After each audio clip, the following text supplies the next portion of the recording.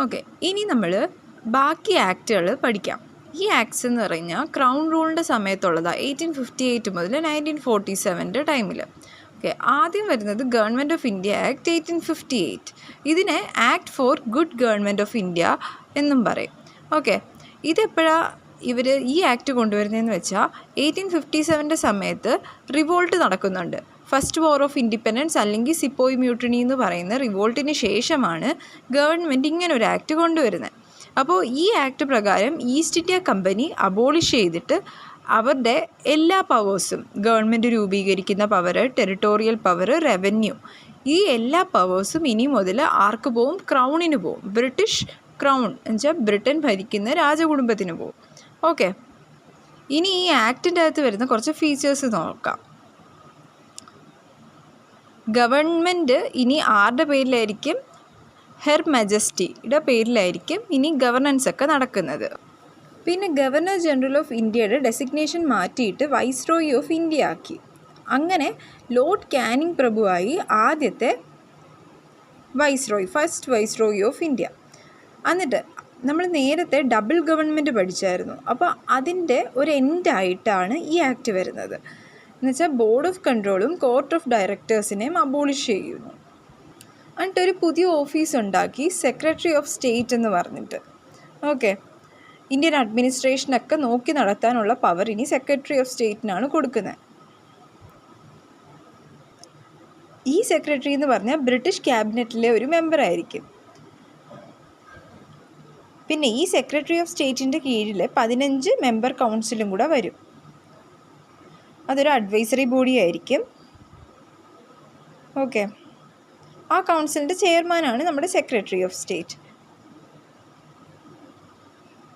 എന്നുവെച്ചാൽ ബേസിക്കലി ഈ ആക്ട് കൊണ്ടുവന്നത് നമ്മുടെ ഇന്ത്യൻ ഗവൺമെൻറ്റിനെ സൂപ്പർവൈസ് ചെയ്യാനും കൺട്രോൾ ചെയ്യാനും ആ ക്രൗണിനൊരു പവർ കൊടുക്കുക ചെയ്ത്. ഓക്കെ, ഇനി അടുത്തത് 1861 ഇന്ത്യൻ കൗൺസിൽസ് ആക്ട് എന്ന് പറഞ്ഞ ആക്റ്റാണ്. ഈ 1857 റിവോൾട്ടിന് ശേഷം ബ്രിട്ടീഷ് ഗവൺമെൻറ്റിന് മനസ്സിലായി ഇന്ത്യക്കാരെ അഡ്മിനിസ്ട്രേഷനിൽ അവരെയും കൂടെ പാർട്ടിസിപ്പേറ്റ് ചെയ്യിപ്പിക്കണം എന്ന്. ഓക്കെ, അങ്ങനെയാണ് പിന്നെ 3 ആക്റ്റുകൾ കൊണ്ടുവരുന്നത്. അതിൽ ഇതും കൂടെ അവർ ശ്രദ്ധിച്ചിട്ടുണ്ട്. 1861, 1892, 1909. ഓക്കെ, അപ്പോൾ 1861 എന്തൊക്കെ ഫീച്ചേഴ്സാണെന്ന് വെച്ചാൽ ലോ മേക്കിങ്ങിൽ ഇന്ത്യക്കാരെയും കൂടെ ഉൾപ്പെടുത്താൻ തീരുമാനിച്ചു. പിന്നെ വൈസ്രോയുടെ കൗൺസിലിൽ നോൺ ഒഫീഷ്യൽ മെമ്പേഴ്സായിട്ട് ഇന്ത്യക്കാരെ ഉൾക്കൊള്ളിക്കണം എന്ന് പറഞ്ഞു. അതേപോലെ അങ്ങനെ നമ്മുടെ ലോർഡ് കാനിങ് എന്ത് ചെയ്തു? 3 ഇന്ത്യൻസിനെ ആ കൗൺസിലിലേക്ക് നോമിനേറ്റ് ചെയ്യുന്നുണ്ട്. അത് ആരൊക്കെയാണെന്ന് വെച്ചാൽ രാജ ഓഫ് ബനാറസ്, മഹാരാജ ഓഫ് പട്യാല, പിന്നെ സർ ദിനകർ റാവു. പിന്നെ ഡീസെൻട്രലൈസേഷൻ പ്രോസസ്സ് സ്റ്റാർട്ട് ചെയ്യുന്നുണ്ട്. നേരത്തെ ഒരു ആക്റ്റിൽ നമ്മൾ ബോംബെയുടെയും മദ്രാസിൻ്റെയൊക്കെ ലെജിസ്ലേറ്റീവ് പവേഴ്സൊക്കെ കുറച്ചായിരുന്നു. അപ്പോൾ ഇവർക്ക് ഈ പവേഴ്സൊക്കെ തിരിച്ചു കൊടുക്കുകയാണ് ഈ ആക്റ്റിൽ. ഓക്കെ, എന്നുവെച്ചാൽ ഇവരുടെ ആ ഒരു ഡീസെൻട്രലൈസേഷൻ നടന്നത് റെഗുലേറ്റിംഗ് ആക്ട് മുതൽ ചാർട്ടർ ആക്റ്റൊക്കെ വരെയാണ്. ഓക്കെ, അതൊക്കെ ആ പവേഴ്സൊക്കെ തിരിച്ച് ഇവർക്ക് കൊടുക്കുന്നു 1861 കൗൺസിൽ ആക്ട് പ്രകാരം. 1937 ആകുമ്പോഴത്തേക്ക് ഇവർക്കൊരു കംപ്ലീറ്റ് ഓട്ടോണമി കിട്ടുന്നുണ്ട് ഈ പ്രൊവിൻസുകൾക്കൊക്കെ. അങ്ങനെ പുതിയ ലെജിസ്ലേറ്റീവ് കൗൺസിൽസ് വരുന്നു. എവിടേക്കാണ്? Bengal, north west province, Punjab. അത് 1862 1886 പിന്നെ 1897 ആയിട്ടാണ് വരുന്നത്. പിന്നെ വൈസ്രോയ്ക്ക് അതേപോലെ പുതിയ റൂൾസും ഓർഡേഴ്സും ഒക്കെ ഉണ്ടാക്കാനുള്ളൊരു പവർ കൊടുക്കുന്നുണ്ട്. പിന്നെ നമ്മുടെ ഗവൺമെൻറ് ഉണ്ടല്ലോ, അപ്പോൾ ഗവൺമെൻറ്റിൽ ഓരോ ഡിപ്പാർട്ട്മെൻറ്റായിട്ട് തിരിച്ചിട്ട് ആ ഒരു സിസ്റ്റത്തിനെയാണ് പോർട്ട്ഫോളിയോ സിസ്റ്റം എന്ന് പറയുന്നത്. അതും ഈ ആക്ടിലൂടെയാണ് വരുന്നത്. പിന്നെ വൈസ്രോയ്ക്ക് ഓർഡിനൻസ് ഉണ്ടാക്കാനുള്ള പവറും കിട്ടുന്ന ഈ ആക്ട് വഴിയാണ്. വെച്ചാൽ കൗൺസിലിൻ്റെ കൺകറൻസ് ഇല്ലാതെ സ്വന്തമായിട്ട് ഒരു നിയമം കൊണ്ടുവരാനൊക്കെ. ഈ ഓർഡിനൻസിന് 6 months ആയിരിക്കും ലൈഫ് വരുന്നത്. ഓക്കെ, ഇത്രയാണ് 1861 ആക്ടിലുള്ളത്.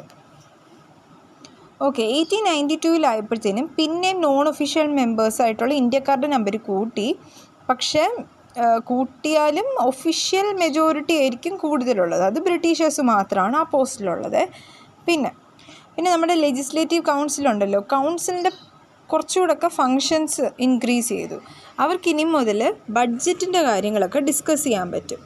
ഓക്കെ, പിന്നെ എക്സിക്യൂട്ടീവ്സിനോട് ക്വസ്റ്റ്യൻസ് ചോദിക്കാനൊക്കെ പറ്റും.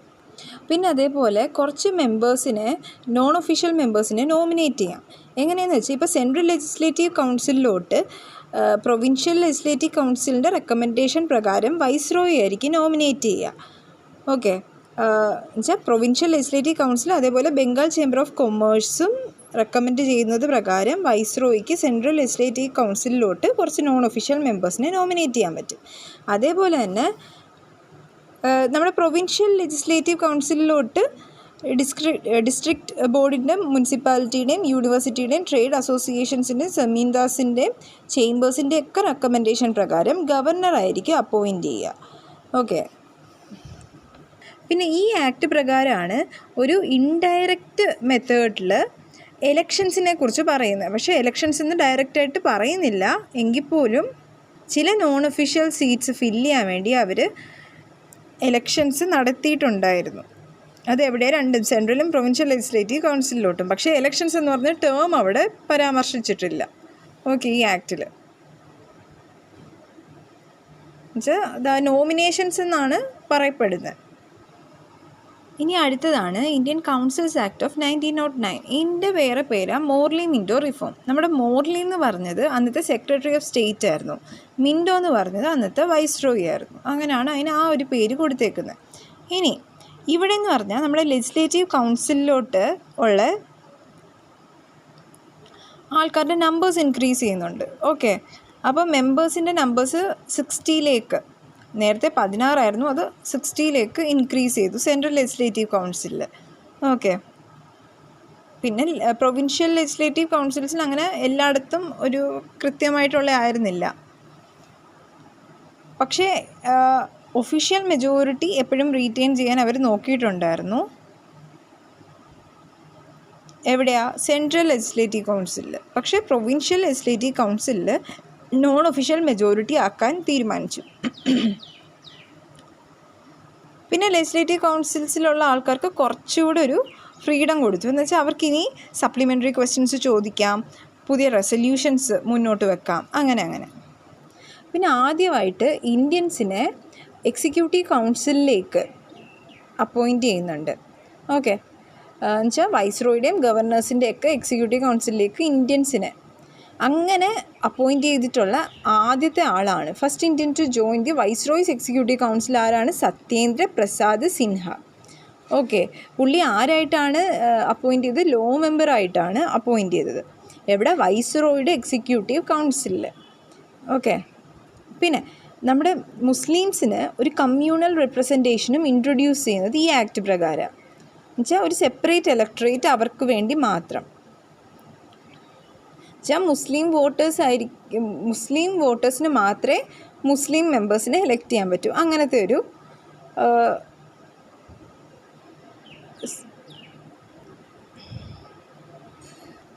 അങ്ങനെ ഒരു ലീഗലൈസ് ആയിട്ടുള്ളൊരു കമ്മ്യൂണലിസം അതിനെ കൊണ്ടുവന്നത് ആരാണ്? ലോർഡ് മിൻറ്റോ ആയിരുന്നു. അങ്ങനെ പുള്ളിക്കാരനെ നമ്മൾ ഫാദർ ഓഫ് കമ്മ്യൂണൽ ഇലക്ട്രേറ്റ് എന്ന് വിളിക്കാൻ തുടങ്ങി. ഓക്കെ, ഇനി അടുത്തത് അതിൻ്റെ കൂടെ തന്നെ സെപ്പറേറ്റ് റെപ്രസെൻറ്റേഷൻസ് യൂണിവേഴ്സിറ്റീസിനും സെമീൻദാസിനും ചേംബേഴ്സ് ഓഫ് കൊമേഴ്സിനും അതേപോലെ പ്രസിഡൻസി കോർപ്പറേഷൻസിനും പ്രൊവൈഡ് ചെയ്തിട്ടുണ്ട്. ഓക്കെ, അടുത്തതാണ് government of India act 1990. Okay, August 20, 1917 British government declare ചെയ്യുന്നുണ്ട് അവരുടെ ഒരു ഒബ്ജക്റ്റീവ് എന്ന് വെച്ച് കഴിഞ്ഞാൽ ഇന്ത്യയിൽ ഒരു റെസ്പോൺസിബിൾ ഗവൺമെൻറ് കൊണ്ടുവരിക എന്നാണ്. അപ്പോൾ ഈ റെസ്പോൺസിബിൾ ഗവൺമെൻറ് എന്ന് പറഞ്ഞു കഴിഞ്ഞാൽ നമ്മുടെ ഗവൺമെൻറ്റിൻ്റെ എല്ലാ ബ്രാഞ്ചിലേക്കും നമ്പർ ഓഫ് ഇന്ത്യൻസിൻ്റെ റെപ്രസെൻറ്റേഷൻ കൂട്ടണം. അതേപോലെ തന്നെ ഗ്രാജ്വലി സെൽഫ് ഗവർണിംഗ് ആയിട്ടുള്ള ഇൻസ്റ്റിറ്റ്യൂഷൻസിനെ ഡെവലപ്പ് ചെയ്തെടുക്കുക. ഇതാണ് റെസ്പോൺസിബിൾ ഗവൺമെൻറ് പ്രകാരം അവർ ഉദ്ദേശിച്ചേക്കുന്നത്. ഈ ആക്ട് നിലവിൽ വരുന്നത് 1921 ഇതിൻ്റെ വേറെ പേര് മോണ്ടേഗ്യൂ ചെംസ്ഫോർഡ് റിഫോം എന്നാണ്. ഈ മോണ്ടേഗ്യൂ എന്ന് പറഞ്ഞാൽ അന്നത്തെ സെക്രട്ടറി ഓഫ് സ്റ്റേറ്റ് ആയിരുന്നു. ചെംസ്ഫോർഡ് എന്ന് പറഞ്ഞാൽ വൈസ്രോയി ആയിരുന്നേ. ഓക്കെ, ഇനി ഈ ആക്ടിലെ പ്രൊവിഷൻസ് എന്ന് പറഞ്ഞു കഴിഞ്ഞാൽ കുറച്ച് സബ്ജക്ട്സ് ഉണ്ടല്ലോ. ഈ സബ്ജക്ട്സിനെ 2 കാറ്റഗറി ആയിട്ടാണ് അറേഞ്ച് ചെയ്തേക്കുന്നത്. ഒന്ന് സെൻട്രൽ സബ്ജക്റ്റും മറ്റേത് പ്രൊവിൻഷ്യൽ സബ്ജക്റ്റും. ഓക്കെ, ഇതെന്തിനാന്ന് വെച്ചാൽ പവർ ഡെവല്യൂഷൻ ചെയ്ത് കൊടുക്കാൻ വേണ്ടിയിട്ടായിരുന്നു. വെച്ചാൽ കുറച്ച് പവേഴ്സ് സെൻട്രിൽ നിന്ന് പ്രൊവിൻസസിലേക്കും കൂടെ കൊടുക്കാൻ വേണ്ടിയിട്ട്. എന്നുവെച്ചാൽ പ്രൊവിൻസിന് കുറച്ചുകൂടെ ഒരു സ്വാതന്ത്ര്യം, ഇൻഡിപെൻഡൻസ് കിട്ടിയിട്ട് അവരുടെ രീതിയിൽ ഭരിക്കാനുള്ളൊരു അധികാരം കിട്ടുന്നുണ്ട്. എന്നുവെച്ചാൽ സെൻട്രലിന് അവർക്ക് കൊടുത്തേക്കുന്ന സബ്ജക്റ്റ് പ്രകാരം ലോ ഉണ്ടാക്കാം, പ്രൊവിൻസിന് അവർക്ക് കൊടുത്തേക്കുന്ന സബ്ജക്റ്റ് പ്രകാരം ലോ ഉണ്ടാക്കാം. പക്ഷേ നമ്മുടെ ഗവർണൻസിൻ്റെ സ്ട്രക്ചർ സെൻട്രലൈസ്ഡ് തന്നെ ആയിരുന്നു, യൂണിറ്ററി ആയിരുന്നു. ഇപ്പോൾ നമ്മൾ പ്രൊവിൻഷ്യൽ സബ്ജക്ട്സ് നോക്കുകയാണെങ്കിൽ അതിനെ 2 പാർട്ടായിട്ട് ഡിവൈഡ് ചെയ്തിട്ടുണ്ട്. ഒന്ന് ട്രാൻസ്ഫേർഡും ഒന്ന് റിസർവ്ഡ്. ട്രാൻസ്ഫേർഡ് എന്ന് പറയുമ്പോഴത്തേനും public health, education, local self government, agriculture അങ്ങനെയൊക്കെ വരും. റിസർവ്ഡിൽ police, administration, justice, prison, land revenue, finance അങ്ങനെ. ഈ ട്രാൻസ്ഫേർഡ് എന്ന് പറഞ്ഞു കഴിഞ്ഞാൽ ഗവർണറായിരിക്കും ഇത് അഡ്മിനിസ്റ്റർ ചെയ്യുന്നത്, പക്ഷേ മിനിസ്റ്റേഴ്സിൻ്റെയൊക്കെ ഒരു സഹായപ്രകാരമായിരിക്കും ഇത് ചെയ്യുക. ആൻഡ് അവരെന്താണ് ലെജിസ്ലേറ്റീവ് കൗൺസിലിലേക്ക് റെസ്പോൺസിബിൾ ആയിരിക്കും ഈ ഒരു സബ്ജക്ട്സിൻ്റെ കാര്യത്തിൽ. ഇനി റിസർവ്ഡ് എന്ന് പറഞ്ഞു കഴിഞ്ഞാൽ ഗവർണറും വിത്ത് പുള്ളിക്കാരൻ്റെ എക്സിക്യൂട്ടീവ് കൗൺസിലും കൂടെ തീരുമാനം എടുത്തിട്ടായിരിക്കും ഇതൊക്കെ അഡ്മിനിസ്റ്റർ ചെയ്യുക ഈ സബ്ജക്ട്സ്. അതിന് നമ്മുടെ ലെജിസ്ലേറ്റീവ് കൗൺസിലിലോട്ട് അവർക്കൊന്നും ഇതെന്തുകൊണ്ട് അത് ചെയ്തു അങ്ങനെയൊന്നും പറയേണ്ട കാര്യം വരുന്നില്ല. അവരുടേതായിട്ടുള്ള ഡിസ്ക്രിഷനിൽ അവർക്ക് ചെയ്യാൻ പറ്റും. അതുകൊണ്ടാണ് റിസർവ്ഡ് എന്ന് പറയുന്നത്. നമ്മൾ നോക്കുകയാണെങ്കിൽ ഈ സബ്ജക്ട്സ് നോക്കുമ്പോൾ ട്രാൻസ്ഫേർഡിനെക്കാട്ടിൽ കുറച്ചുകൂടി ഇമ്പോർട്ടൻസ് ഉള്ള കാര്യങ്ങളെല്ലാം ഈ റിസർവ്ഡ് സബ്ജക്ട്സിലേക്കാണ് വരുന്നത്. എന്ന് വെച്ചാൽ പോലീസ്, അഡ്മിനിസ്ട്രേഷൻ, റവന്യൂ ഒക്കെ കുറച്ചുകൂടെ പ്രോമിനൻ്റ് ആയിട്ടുള്ള സബ്ജക്ട്സ് ആണല്ലോ. അപ്പോൾ അതെല്ലാം ഡയറക്റ്റ് ഗവർണറിൻ്റെയും പുള്ളിക്കാരുടെ എക്സിക്യൂട്ടീവ് കൗൺസിലിൻ്റെയും കൺട്രോളിലായിരിക്കും. പക്ഷേ ബാക്കി ട്രാൻസ്ഫേർഡ് സബ്ജക്ട്സ് എന്നൊക്കെ പറയുമ്പോൾ അത് ലെജിസ്ലേറ്റീവ് കൗൺസിലിൻ്റെയും കൂടെ ഒരു ഇൻവോൾവ്മെൻറ്റ് കാണും അതിൽ. ഇങ്ങനത്തെ ഈ ഒരു ഡ്യുവൽ സ്കീമിനെയാണ് ഡയാർക്കി എന്ന് പറയുന്നത്. അപ്പോൾ ഈ ഒരു ഡയാർക്കി നമ്മൾ എവിടുത്തെ കാര്യത്തിലാണ് പറയുന്നത്? പ്രൊവിൻഷ്യൽ സബ്ജക്ട്സിൻ്റെ കാര്യത്തിലായിരുന്നു ഈ ഡയാർക്കി പറയുന്നത് ഈ ആക്റ്റിൽ. ഡയാർക്കി എന്ന് പറഞ്ഞാൽ ഡബിൾ റൂൾ എന്നാണ് ഉദ്ദേശിച്ചേക്കുന്നത്. പിന്നെ അതേപോലെ ഈ ആക്ട് പ്രകാരമാണ് ആദ്യമായിട്ട് ബൈക്യാമറലിസം പിന്നെ അതേപോലെ ഡയറക്റ്റ് ഇലക്ഷനും വരുന്നത്. ബൈക്യാമറൽ ലെജിസ്ലേച്ചർ എന്ന് ഉദ്ദേശിച്ചേക്കുന്നത് ഒരു അപ്പർ ഹൗസും കാണും, ഒരു ലോവർ ഹൗസും കാണും. ഓക്കെ, അതിൻ്റെ മെജോറിറ്റി ഓഫ് മെമ്പേഴ്സിനെ ഡയറക്റ്റ് ഇലക്ഷൻ പ്രകാരമായിരിക്കും ചൂസ് ചെയ്യുക. അപ്പോൾ ഇവിടെ ഡയറക്റ്റ് ഇലക്ഷൻ വരുന്നുണ്ട്. പിന്നെ നമ്മുടെ വൈസ്രോയുടെ എക്സിക്യൂട്ടീവ് കൗൺസിലിൽ ടോട്ടൽ 6 മെമ്പേഴ്സാണ്. അതിൽ 3 പേര് ഇന്ത്യക്കാരായിരിക്കണം എന്ന് ഇതിൻ്റെ അത് പറയുന്നുണ്ട്, കമാൻഡർ ഇൻ ചീഫ് അല്ലാതെ. പിന്നെ നമ്മൾ നേരത്തെ പറഞ്ഞിരുന്ന കമ്മ്യൂണൽ റെപ്രസെൻറ്റേഷൻ ഇവിടെ കുറച്ചുകൂടി എക്സ്റ്റെൻഡ് ചെയ്യുന്നുണ്ട്. എന്ന് വെച്ചാൽ സിഖുകാർക്കും ഇന്ത്യൻ ക്രിസ്ത്യൻസിനും ആംഗ്ലോ ഇന്ത്യൻസിനും യൂറോപ്യൻസിനും സെപ്പറേറ്റ് ഇലക്ട്രേറ്റ് പ്രൊവൈഡ് ചെയ്യുന്നുണ്ട് ഈ ആക്ട് പ്രകാരം. ഓക്കെ, പിന്നെ ഈ ഫ്രാഞ്ചൈസ് ആർക്കൊക്കെ വോട്ട് ചെയ്യാം എന്നുള്ളത് അവരുടെ കയ്യിലുള്ള പ്രോപ്പർട്ടി, അതേപോലെ ടാക്സ് അടയ്ക്കുന്നുണ്ടോ, വിദ്യാഭ്യാസം, ക്വാളിഫിക്കേഷൻ, ഇതിനെയൊക്കെ ബേസ് ചെയ്തിട്ടായിരുന്നു ഫ്രാഞ്ചൈസ് ഈ വോട്ടിങ്ങിന് അധികാരമുള്ള ആൾക്കാരെ ചൂസ് ചെയ്യുന്നതെന്ന് ഈ ആക്ട് പറയുന്നുണ്ട്. ഒരു പുതിയ ഓഫീസ് വരുന്നുണ്ട് ഇതിൻ്റെ അകത്ത്, high commissioner for India in London എന്ന് പറഞ്ഞിട്ട്. സെക്രട്ടറി ഓഫ് സ്റ്റേറ്റിൻ്റെ കുറച്ച് ഫങ്ഷൻസ് ഈ പുള്ളിക്കാരന് ട്രാൻസ്ഫർ ചെയ്ത് കൊടുത്തിട്ടുണ്ട്. പിന്നെ ഈ ആക്ട് പ്രകാരമാണ് പബ്ലിക് സർവീസ് കമ്മീഷൻ്റെ എസ്റ്റാബ്ലിഷ്മെൻറ്റ് വരുന്നത്. പിന്നെ ഒരു സെൻട്രൽ പബ്ലിക് സർവീസ് കമ്മീഷനെ സെറ്റപ്പ് ചെയ്യുന്നുണ്ട് 1926 സിവിൽ സർവൻസിനെ റിക്രൂട്ട് ചെയ്യാൻ വേണ്ടിയിട്ട്. പിന്നെ ആദ്യമായിട്ട് പ്രൊവിൻഷ്യൽ ബഡ്ജറ്റും സെൻട്രൽ ബഡ്ജറ്റും തമ്മിലൊരു സെപ്പറേഷൻ വരുന്നത് ഈ ആക്ട് പ്രകാരമാണ്. പക്ഷേ പ്രൊവിൻഷ്യൽ ബഡ്ജറ്റ്സ് ആരായിരിക്കും പ്രിപ്പയർ ചെയ്യുക? പ്രൊവിൻഷ്യൽ ലെജിസ്ലേച്ചേഴ്സ് ആയിരിക്കും. പിന്നെ ഒരു സ്റ്റാറ്റ്യൂട്ടറി കമ്മീഷനെ അപ്പോയിൻറ്റ് ചെയ്യുന്നുണ്ട്. എന്ന് വെച്ചാൽ ഈ ഒരു ആക്ട് നിലവിൽ വന്നു കഴിഞ്ഞാൽ അടുത്ത ഒരു 10 വർഷത്തേക്ക് ഇതെങ്ങനെയാണ് വർക്കിംഗ് അങ്ങനത്തെ കാര്യങ്ങളൊക്കെ നോക്കാൻ വേണ്ടിയിട്ട്.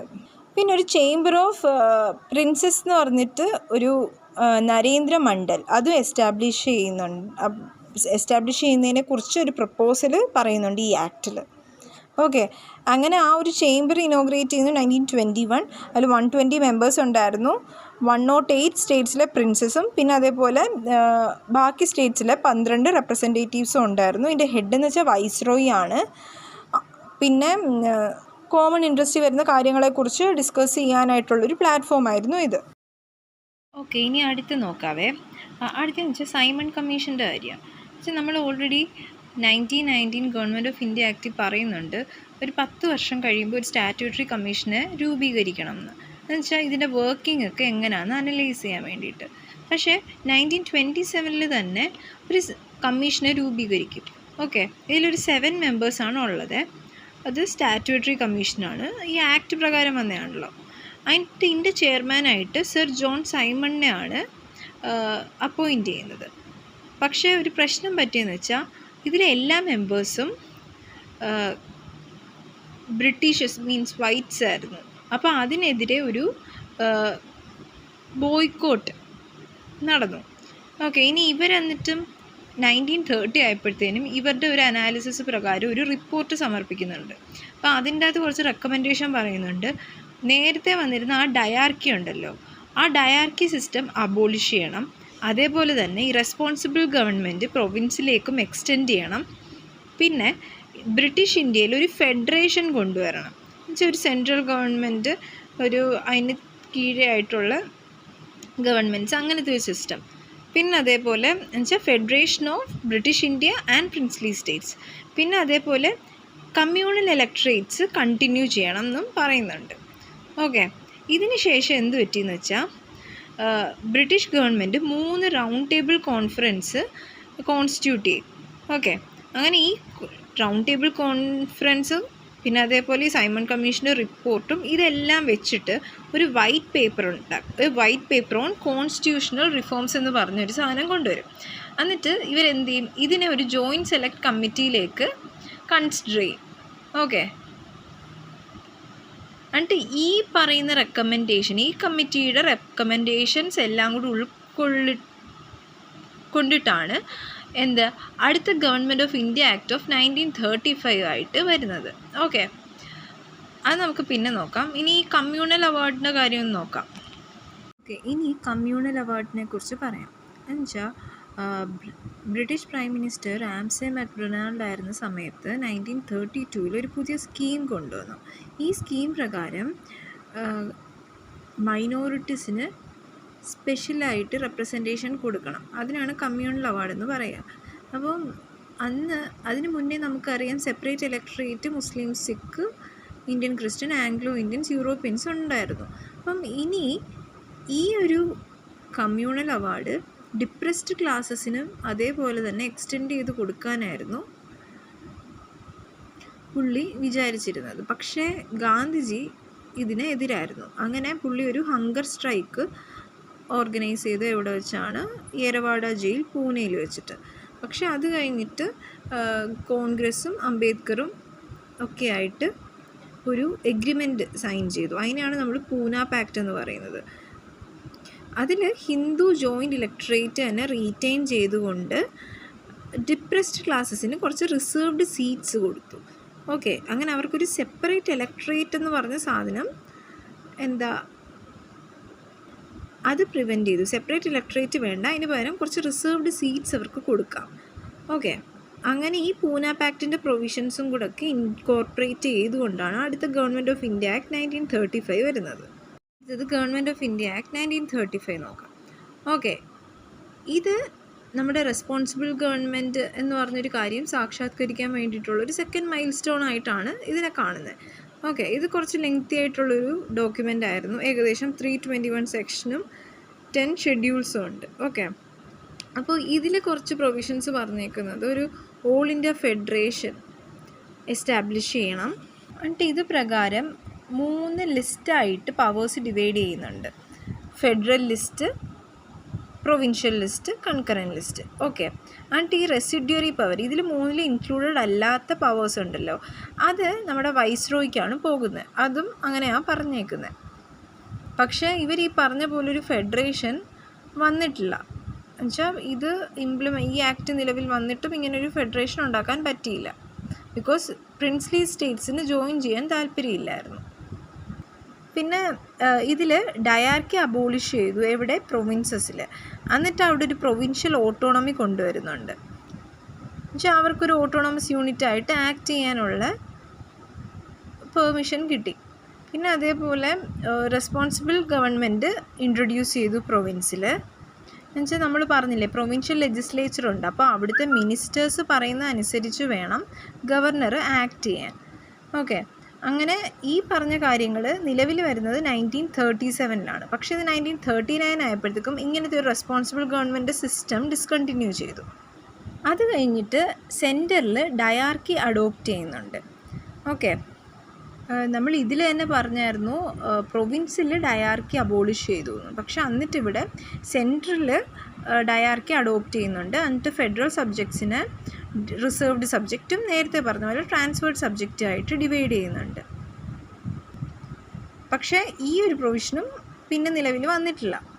പിന്നെ ബൈക്യാമറലിസം ടോട്ടൽ 11 പ്രൊവിൻസസിൽ 6 എണ്ണത്തിൽ വരുന്നുണ്ട്. ഓക്കെ, ഏതൊക്കെയെന്ന് വെച്ചാൽ Bengal, Bombay, Madras, Bihar, Assam, United province. Okay, എന്നുവെച്ചാൽ ക്യാമറലിസം വെച്ചാൽ അപ്പർ ഹൗസും ലോവർ ഹൗസും കാണും. പക്ഷെ അവർക്ക് കുറേ റെസ്ട്രിക്ഷൻസ് ഉണ്ടായിരുന്നു. പിന്നെ കുറച്ച് ജനറൽ സീറ്റ്സ് ഡിപ്രസ്ഡ് ക്ലാസ്സസിന് വേണ്ടിയിട്ട് റിസർവ് ചെയ്ത് വെച്ചു. പിന്നെ സ്പെഷ്യൽ റെപ്രസെൻറ്റേഷൻ ആർക്കൊക്കെ കൊടുത്തു? വിമനും ലേബേഴ്സിനും. പിന്നെ നേരത്തെ പറഞ്ഞിരുന്ന കൗൺസിൽ ഓഫ് ഇന്ത്യ അത് അബോളിഷ് ചെയ്തു. ഗവൺമെൻറ് ഓഫ് ഇന്ത്യ ആക്ട് 1858 വന്നതായിരുന്നു അത്. എന്നിട്ട് നേരത്തെ പറഞ്ഞ ഫ്രാഞ്ചൈസ് എക്സ്റ്റെൻഡ് ചെയ്തിട്ടുണ്ട്. ഒരു 14% ഓഫ് ദി പോപ്പുലേഷന് വോട്ട് ചെയ്യാനുള്ള അധികാരം കിട്ടുന്നുണ്ട്. പിന്നെ ഈ ആക്ടിലാണ് നമ്മുടെ റിസർവ് ബാങ്ക് ഓഫ് ഇന്ത്യ വരുന്നത്. ഓക്കെ, എന്നുവെച്ചാൽ അവർക്ക് കറൻസി അതേപോലെ ക്രെഡിറ്റും എല്ലാം കൺട്രോൾ ചെയ്യാനുള്ള അധികാരം ഈ ആക്ട് പ്രകാരമാണ് കൊടുക്കുന്നത്. എന്നിട്ട് ഫെഡറൽ പബ്ലിക് സർവീസ് കമ്മീഷനും പ്രൊവിൻഷ്യൽ പബ്ലിക് സർവീസ് കമ്മീഷനും ജോയിൻറ്റ് പബ്ലിക് സർവീസ് കമ്മീഷനും ഇതെല്ലാം എസ്റ്റാബ്ലിഷ് ചെയ്യുന്നുണ്ട്. പിന്നെ നമ്മുടെ ഫെഡറൽ കോടതി വരുന്നുണ്ട് 1937. പിന്നെ ഈ ആക്ട് പ്രകാരമാണ് നമ്മുടെ ഇന്നത്തെ മ്യാൻമർ, അന്നത്തെ ബർമയെ ഇന്ത്യയിൽ നിന്ന് സെപ്പറേറ്റ് ചെയ്യുന്നത്. പിന്നെ പുതിയ 2 പ്രൊവിൻസസ് വരുന്നുണ്ട്, ഒറീസ, സിന്ധ്.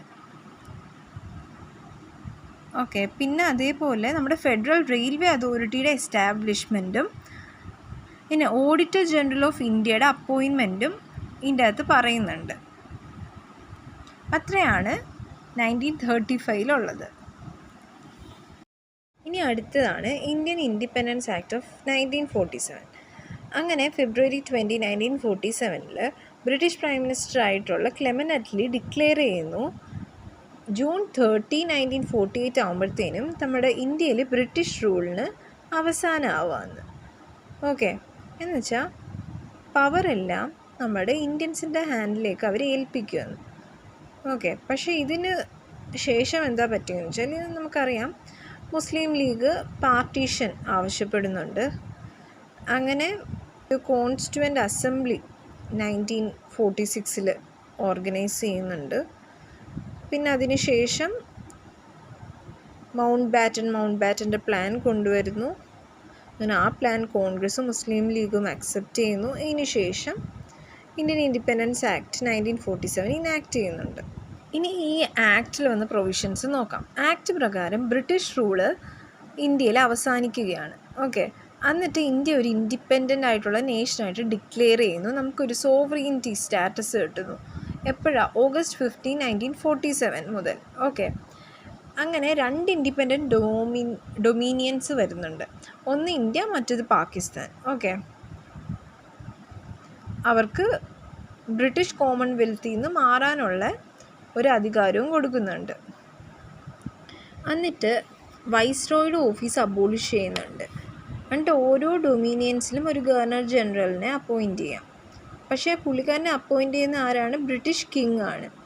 ഓക്കെ, ആ ഡൊമീനിയൻ ക്യാബിനറ്റിൻ്റെ അഡ്വൈസ് പ്രകാരം ബ്രിട്ടീഷ് കിങ് ആയിരിക്കും ഗവർണർ ജനറലിനെ അപ്പോയിൻറ്റ് ചെയ്യുക. പക്ഷേ ബ്രിട്ടീഷ് ഗവൺമെൻറ്റിന് ഒരു റെസ്പോൺസിബിലിറ്റിയും കാണില്ല നമ്മുടെ ഇന്ത്യയിലെ അതേപോലെ പാകിസ്ഥാനിലെ ആ ഒരു ഗവൺമെൻറ്റിൻ്റെ മേലിൽ, ബിക്കോസ് സോവറിനിറ്റി കിട്ടിക്കഴിഞ്ഞല്ലോ. പിന്നെ ഓരോ ആ ഡൊമീനിയൻസിനും അവരുടേതായിട്ടുള്ള കോൺസ്റ്റിറ്റ്യുവൻ്റ് അസംബ്ലി ഫോം ചെയ്തിട്ട് അവർക്കായിട്ടുള്ള കോൺസ്റ്റിറ്റ്യൂഷൻ ഉണ്ടാക്കാനുള്ള അധികാരവും കൊടുക്കുന്നുണ്ട്.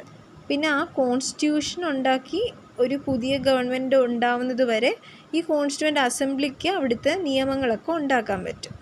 പിന്നെ ഓഗസ്റ്റ് 15, 1947 ശേഷം ബ്രിട്ടീഷ് പാർലമെൻറ്റ് പാസ് ചെയ്ത ഒരു ആക്റ്റും പിന്നെ അങ്ങോട്ട് ഈ ഡൊമീനിയൻസിൽ ഫോളോ ചെയ്യേണ്ട ആവശ്യമില്ല. പിന്നെ സെക്രട്ടറി ഓഫ് സ്റ്റേറ്റ് എന്ന് പറഞ്ഞൊരു പൊസിഷൻ അതിനെ അബോളിഷ് ചെയ്യുന്നുണ്ട്. ആ ഒരു function secretary of state for the Commonwealth affairs എന്ന് പറഞ്ഞൊരു പോസ്റ്റിലേക്ക് കൊടുത്തേക്കുക.